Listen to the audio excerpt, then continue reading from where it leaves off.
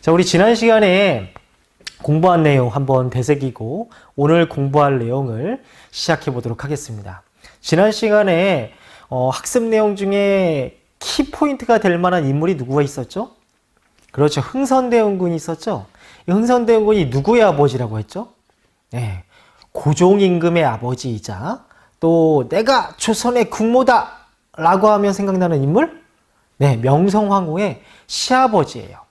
고종이 있고 고종의 부인이 명성황후, 그리고 고종의 아버지이자 명성황후의 시아버지가 흥선대원군이에요.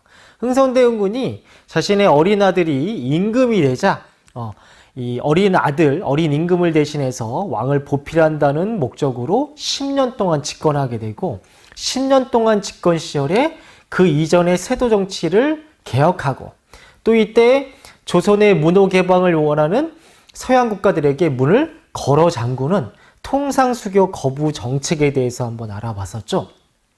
그래서 내정개혁으로서는 비변사라는 것을 혁파하고 양반의 돈줄이었던 서원을 정리하는 한편 왕실의 위엄을 되살리겠다고 경복궁을 준건했었죠. 그리고 밀려 들어오는 서양 문물에 대해서는 일단 문을 걸어 잠그는 통상수교 거부 정책을 펼쳤습니다. 우리는 문을 걸어 잠그려고 했고 서양 세력들은 열려고 했고, 그러니 열려는 자와 닫으려는 자의 충돌이 벌어지겠죠. 그래서 그 일련의 과정, 병인 박해부터 시작한 신미양요까지의 일련의 과정에 대해서 한번 알아보았어요. 오늘은 그 다음 시기에 대해서 공부를 해보도록 하겠습니다. 자, 지난 시간에도 이야기했듯이 필기는 그 노트를 가로로 필기하셔야 돼요. 가로로 선생님 칠판에 나와 있는 것처럼 선을 쭉 긋고 시간의 순서대로 제가 필기를 할 거예요. 간혹 밑에 공간에 남는 부분이 있어요. 남는 부분은 또 그대로 남겨두세요. 선생님이 또 필기할 부분이 있거나 혹은 여러분들이 공부하면서 부족한 부분은 그 아래다가 첨삭을 해두시면 자기 학습에 상당히 유리할 것이라고 생각됩니다. 자, 그러면 오늘 수업 본격적으로 시작해 보도록 하겠습니다. 흥선대원군이 10년 동안 집권하고 난 다음에 대다수 긍정적으로 평가를 받고 있는 업적들이 많았지만 결국에는 이 서원 정리로 인해 가지고 양반들의 비판과 또 경복궁 중건을 무리하게 진행하다 보니까 백성들의 원망을 많이 사게 되고 결국 10년간의 집권 자리에서 쫓겨났어요. 누구한테 쫓겨났냐면 바로 흥선대원군의 며느리인 명성황후 세력들에게, 다시 말해서 고종임금의 부인이자 흥선대원군의 며느리가 여흥민씨, 민비라고도 칭해요. 이 민씨 세력에 의해서 쫓겨나게 돼요. 그래서 흥선대원군 집권 이후의 시기에는 명성황후의 가족들이, 명성황후의 친인척들이 권력을 잡게 되는 민씨 집권기가 도래하게 돼요. 우리는 그걸 선생님이 위에다가 써볼게요. 민씨 세력들이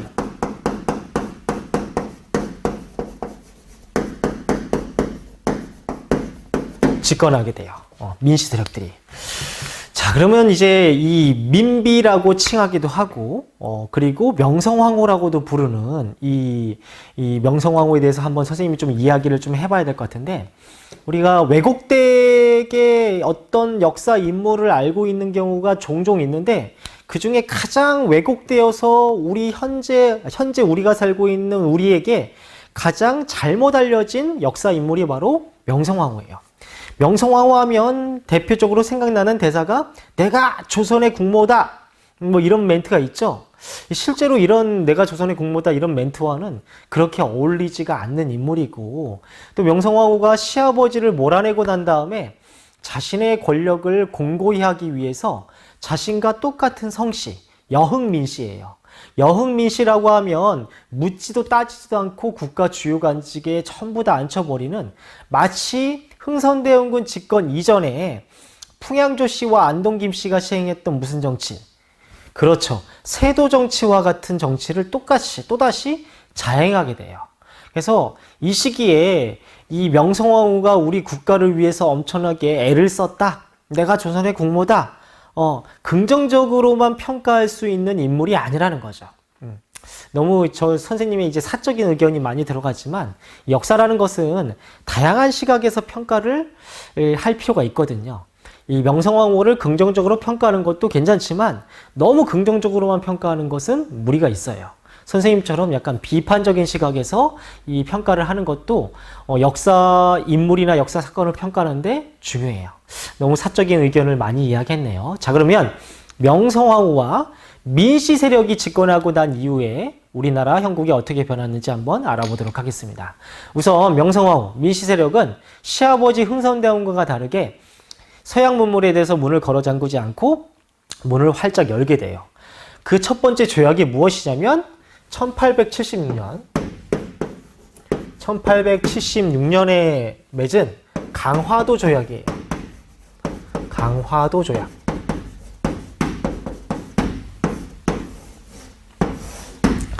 강화도에서 조약을 맺었다는 건데 누구랑 맺었냐면 with 일본이랑 조약을 맺었어요. with 일본. 제가 영어랑 한자 좀 써봤어요. 뭐 이 정도는 이해할 수 있겠죠. 일본이랑 맺은 최초의 근대적 조약이 이 강화도 조약이에요. 그래서 이때부터 우리나라가 일본과 정식적으로 교류하기 시작했는데 여기서 또 의구심이 들 수 있어요. 두 가지 의구심이 뭐냐면 아니 선생님 요번에 강화도 조약이라고 일본과 조약을 맺었다고 하는데 아니 그러면 선생님 그 전에 조선시대 때는 일본과 쭉 교류하고 있지 않았습니까? 이렇게 물을 수도 있겠죠. 맞아요. 과거에 일본과 우리 조선은 쭉 교류하고 있었어요.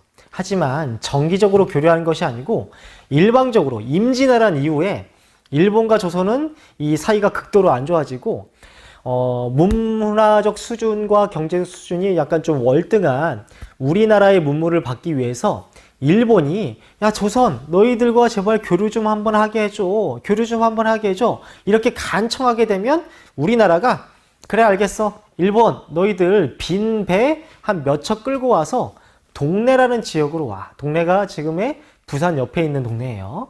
이 동래라는 지역으로 와가지고 너희들이 필요한 물건 사가. 뭐 이런 식으로 교류를 했고 상당히 정기적이지 못한 부정기적인 교류예요. 근데 이때 일본과 맺은 조약은 뭐냐면 야 우리 한국과 일본 아니 당시 조선이겠죠. 조선과 일본 정식적으로 어떤 항구 열어줘. 그럼 이 항구를 통해서 자유무역하자. 뭐 이런 식의 조약이에요. 과거에 일본과 조선과 일본이 이 행했던 교류와는 좀 다른 형태죠. 그래서 이것을 뭐라고 평가하냐면 최초의 근대적 조약이다 이렇게 평가할 수 있어요. 그래서 이제는 정해진 항구를 항시 열어놓고 그 항구에서는 조선과 일본 상인들이 서로 자유롭게 무역할 수 있게 하는 거예요. 예전처럼 부정기적으로 하는 것이 아니고. 또 하나 궁금한 점이 뭐냐면 이 명성황후를 비롯한 민씨 세력이 서양 문물에 대해서 문호를 개방했다고 했죠. 그런데 누구와 조약을 맺었어요? 일본과 조약을 맺었죠. 일본은 서양이 아니고 동양이잖아요. 근데 어떻게 이게 서양 문물에 대해서 문호를 개방한 것이라 할 수 있느냐면 우리가 서양인들로부터 직접 문물을 받아들이면 좋겠지만 그 이전에 흥선대원군 집권 시절에 프랑스와 미국과 전쟁을 하다 보니까 또 독일 상인 오페르트가 흥선대원군 아버지 묘를 이 도구라는 사건도 일어나다 보니까 또 우리 백성 전체가 서양인들에 대한 인식이 별로 안 좋아요. 서양인들의 물건을 받고 싶은데 서양인들 얼굴은 보기 싫어. 약간 좀 모순적이죠. 그래서 선택한 방법이 뭐냐면 우리보다 먼저 문물을 받아들인 일본을 통해서 서양 문물을 받아들이자 라는 목적으로 일본과 처음 조약을 맺게 되는 거예요. 이렇게 우리나라가 일본을 통해서 서양 문물을 받아들이려고 처음 시도하게 되는 거죠. 그런데 우리가 근대적 조약을 맺어본 적이 없어요. 그러다 보니까 일본과 조약을 맺을 때 어찌 보면 실수라고 할까? 약간 무지함에서 나온 좀 불공정한 조약들을 많이 맺었어요. 그 내용들이 어디 있냐면 여러분들 교과서 15페이지 아래쪽에 있어요. 15페이지 아래쪽에 밑줄 긋고 선생님이 이야기하는 것을 필기하면서 수업을 들으시면 됩니다. 자, 강화도 조약의 내용이 교과서 15페이지 아랫부분에 나와 있는데 먼저 1조 내용 한번 선생님이 읽어볼게요. 조선국은 자주국가로서 자주국가 밑줄 치세요. 일본 국가 동등한 권리를 갖는다. 조선은 자주국이라고 표현되어 있죠. 자주국. 자, 선생님이 설명은 페이지 15페이지를 읽어 내려가면서 설명할 거예요. 1조 내용이 조선은 자주국이라고 표현한 거예요. 자, 그러면 조선은 자주국이다. 이 말 좋은 말일까요? 나쁜 말일까요? 좋은 말이죠. 근데 일본이 이 좋은 말을 써준 이유가 있어요. 왜냐하면 일본은 궁극적으로 우리나라를 식민지로 삼기를 원했어요. 그러면 일본이 조선을 식민지로 삼는 데 있어서 걸림돌이 될 것 같은 나라가 있겠죠? 그 나라가 어디라고 생각했을까요? 네, 맞아요. 청이라고 생각했어요. 그 당시 중국의 이름이 청이에요.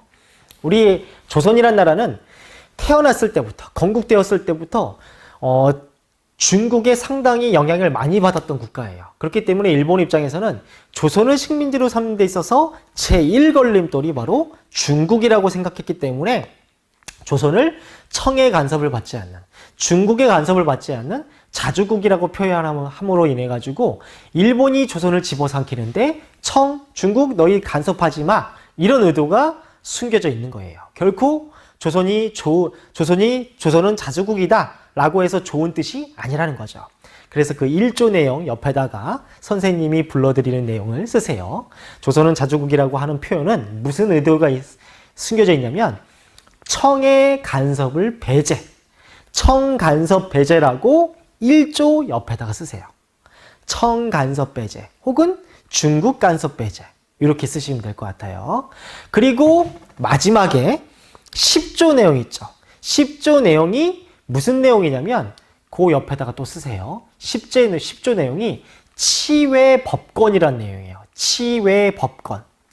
이건 또 무슨 내용이냐면 일본인들이 조선에 들어와서 깽판을 치고 불법적인 범죄를 저질러도 조선의 법으로 그 일본인을 처벌하는 것이 아니고 그 일본인은 일본으로 인도돼서 일본 재판에서 처벌한다는 뜻이에요. 일본인들이 한국에 들어와서 조선에 들어와서 깽판을 쳐도 그 사람은 일본 가서 재판받는다는 거예요. 이것이 치외법권이에요. 결국 이런 일로 인해 가지고 누가 당하냐면 명성황후가 당해요. 명성황후가 나중에 일본인들에 의해서 시해를 당하거든요. 그 명성황후를 시해했던 일본인들 어디 가서 재판받았을까요? 맞아요. 조선의 법으로 재판받는 게 아니고 일본에 가서 재판받고 살인죄임에도 불구하고 1년도 되지 않아서 전부 다 석방돼 버려요. 이게 이때 강화도 조약에 맺었던 치외법권의 내용 때문에 당한 일이라고 할 수 있습니다. 이 이외에도 대다수의 내용들을 보면 누구에게 일방적으로 유리한 조약이냐면 일본에게 유리한 조약이에요. 그래서 이 조약은 불평등 조약이다 라고 이야기할 수 있는 거예요. 제가 판서를 많이 하지 않은 이유는 교과서에 필기했기 때문에 1조 내용 옆에는 청간섭 배제, 10조 내용 옆에는 치외법권이라고 쓰시면 됩니다. 자, 어쨌든 이런 식으로 우리나라가 일본을 통해서 서양문물을 받아들이겠다고 이 조약을 맺게 되죠. 이 이외에도 강화도 조약 이외에도 일본과 추가 조약을 맺어요. 일본과 추가 조약을 몇 개 또 맺어요. 여기에서 우리나라가 일본 상품에 관세를 거의 공짜로 사실상 관세를 매기지 않는 그런 혜택까지 주게 돼요. 관세라는 게 뭐죠? 그렇죠. 외국 물건이 우리나라에 들어오게 되면 세금을 매겨요. 왜 세금을 매기냐면 국내에 있는 상품을 외국 상품에 비해서 보호하기 위해서 우리나라 정부가 외국 물건에는 세금을 매기는 거예요. 그래서 우리가 쓰고 있는 외국 물건들은, 국내에서 쓰고 있는 외국 물건들은 전부 다 비싼 이유가 정부가 그 상품에게 세금을 매기기 때문에 약간 고가가 되는 거예요. 그런 것들이 전부 다 외국 상품에 비해서 국내 상품을 보호하기 위한 조치예요. 이런 것이 관세라는 것인데 이때 우리가 근대적 조약을 처음 맺다 보니까 이 관세라는 개념도 정확히 인지를 하지 못했다고 해요. 그래서 일본 상품에 관세도 매기지 못했다고 해요. 좀 우리나라가 상당히 큰 실수를 했죠. 이 실수를 어쨌든 그러면 나중에 인지하게 되고 개정을 해야 되겠죠. 이 실수를 개정하기 위해서 우리나라가 일본에 사절단을 보내게 됩니다. 사절단을 보내요. 그 사절단을 1880년에 보내게 돼요.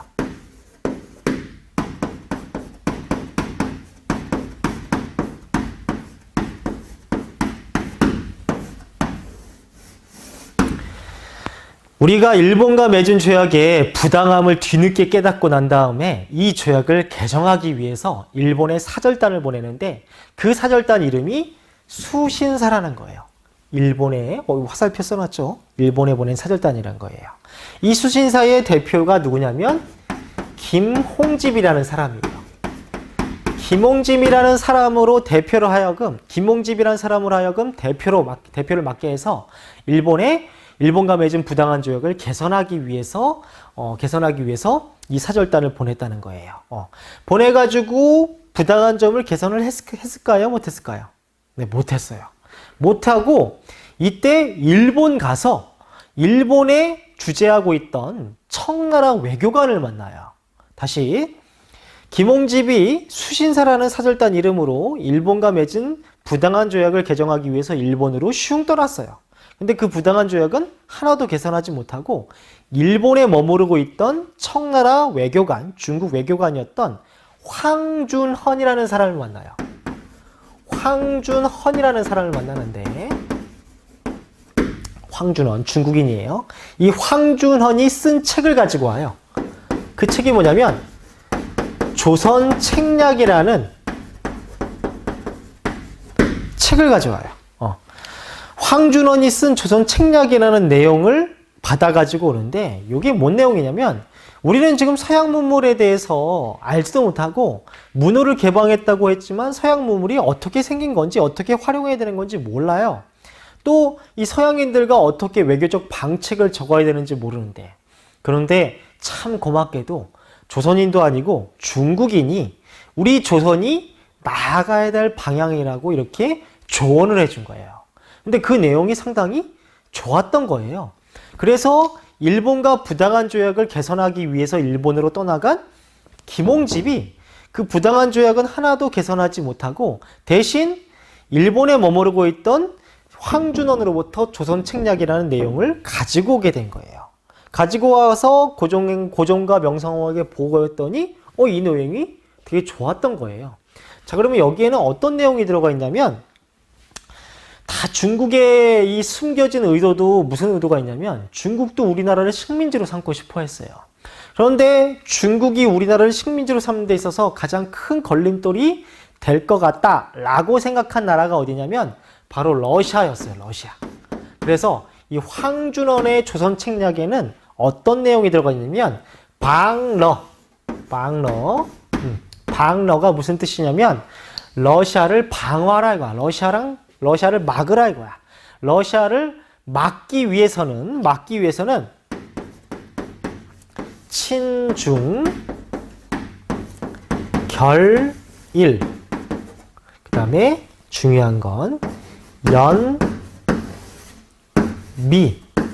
자, 다시 김홍집이 일본에 가서 황준헌으로부터 들어온 조선책략에는 중국의 숨은 의도가 숨겨져 있는데 중국도 우리나라를 궁극적으로 식민지로 삼고 싶어 했는데 중국이 조선을 식민지로 삼는 데 있어서 제1 걸림돌이라고 생각한 나라가 러시아였어요.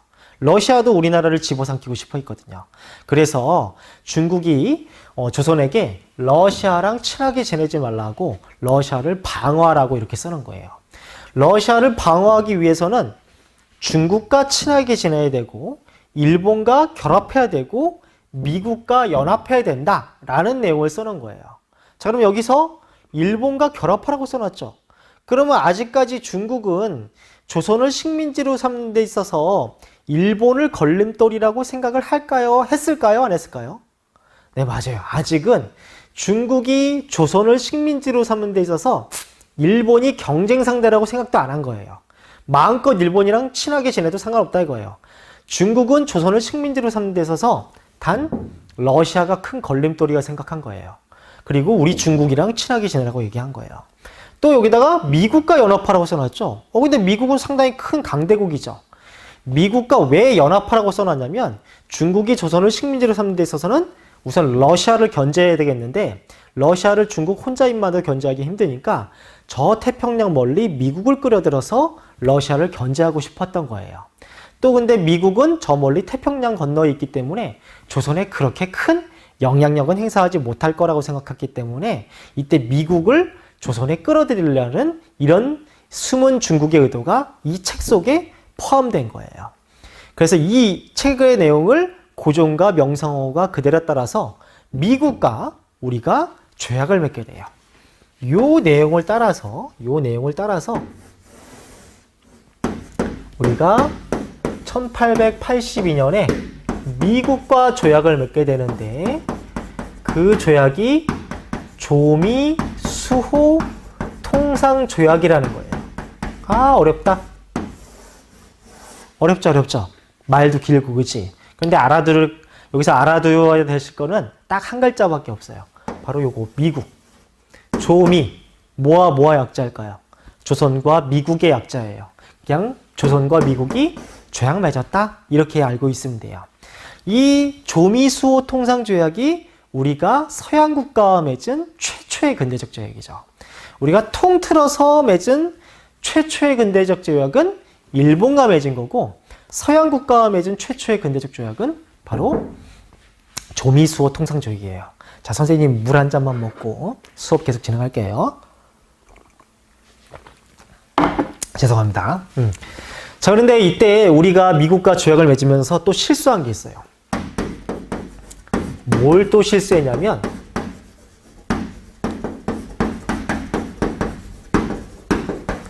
최혜국 대우 조항을 이때 미국에게 줬어요. 자, 또 최혜국 대우는 또 뭐냐면 최고로 혜택받는 국가 대우를 해주겠다는 약속이에요. 우리 조선이 여러 나라들과 이제 조약을 맺을 거 아니에요? 그러면 이 나라에게 어떤 권한을 줄 때 이 모든 권한들은 누구에게도 자동적으로 적용된다? 미국에게도 적용된다. 자, 다시 비유해서 내가 너랑 친구하는데 너는 나의 최고로 혜택받는 친구야. 이렇게 지정을 해주면 내가 다른 친구한테 떡 하나 줄 때는 반드시 이 친구에게도 떡 하나 줘야 되는 거예요. 떡을 못 주면 떡에 상응하는 무언가를 줘야 되는 거예요. 그만큼 나는 너를 최고의 국가로 대우해 주겠다는 게 이 최혜국 대우예요. 결국 이 조항이 뭔지도 모르고 미국과 조약을 맺고 난 다음에 그 이후에 여러 국가들과 추가 조약을 맺거든요. 여러 국가들과 조약을 맺을 때 이 최혜국 대우 조항을 다 집어넣어줘요. 그래서 나중에 우리나라가 어떤 한 나라에게 권한을 주게 되면 최혜국 대우 조항을 가지고 있는 다른 나라에게 자동 적용이 되는 거예요. 나는 A라는 한 친구한테만 떡을 주려고 했는데 최혜국 대우 조항을 가지고 있는 B 친구, C 친구들, 이 친구 애들이 전부 다 떡 하나씩 다 받아먹을 권리가 생기는 거예요. 이걸로 인해서 우리나라가 나중에 이 경제적인 이권을 엄청나게 많이 빼앗기게 돼요. 이 최혜국 대우 조항 때문에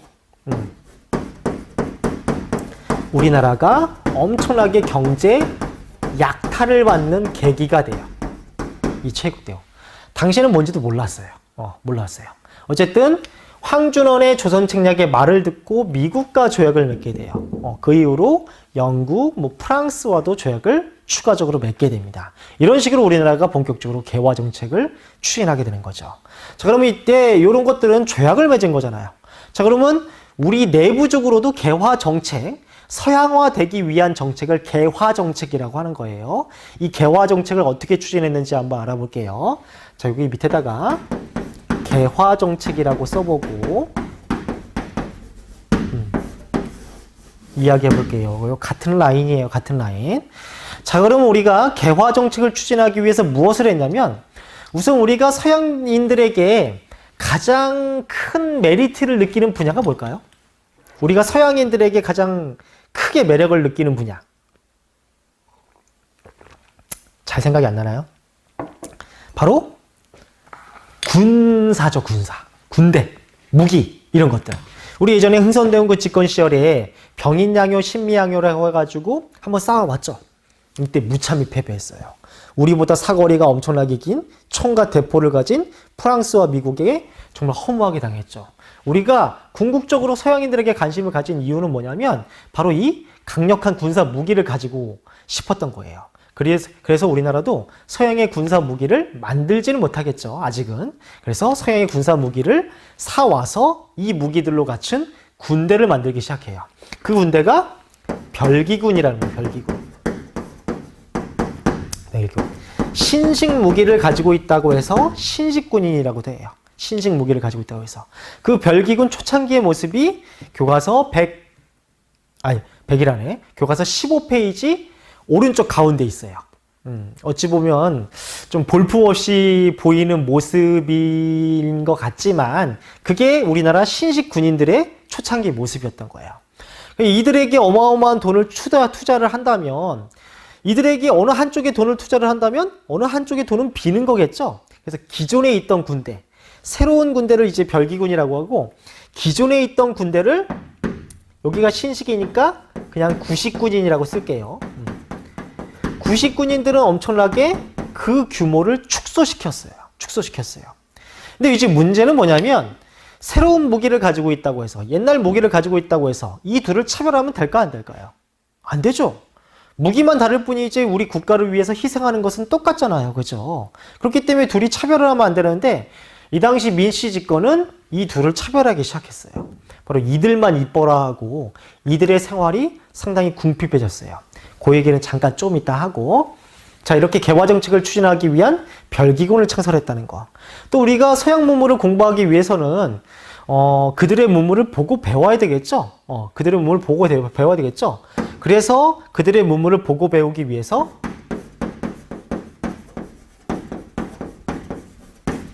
사절단을 파견합니다. 사절단을 파견해요. 자, 먼저 사절단 어느 나라에 파견했는지 볼게요. 먼저 일본에 파견해요. 일본에 보낸 사절단 이름은 이미 한번 썼어요. 김홍집이 갔던 사절단 이름 수신사라고 있죠. 수신사라고 하는 이름의 사절단과 그 다음에 조사시찰단이라고 하는 사절단을 보내요. 수신사와 조사시찰단. 그리고 청나라에도 보내요.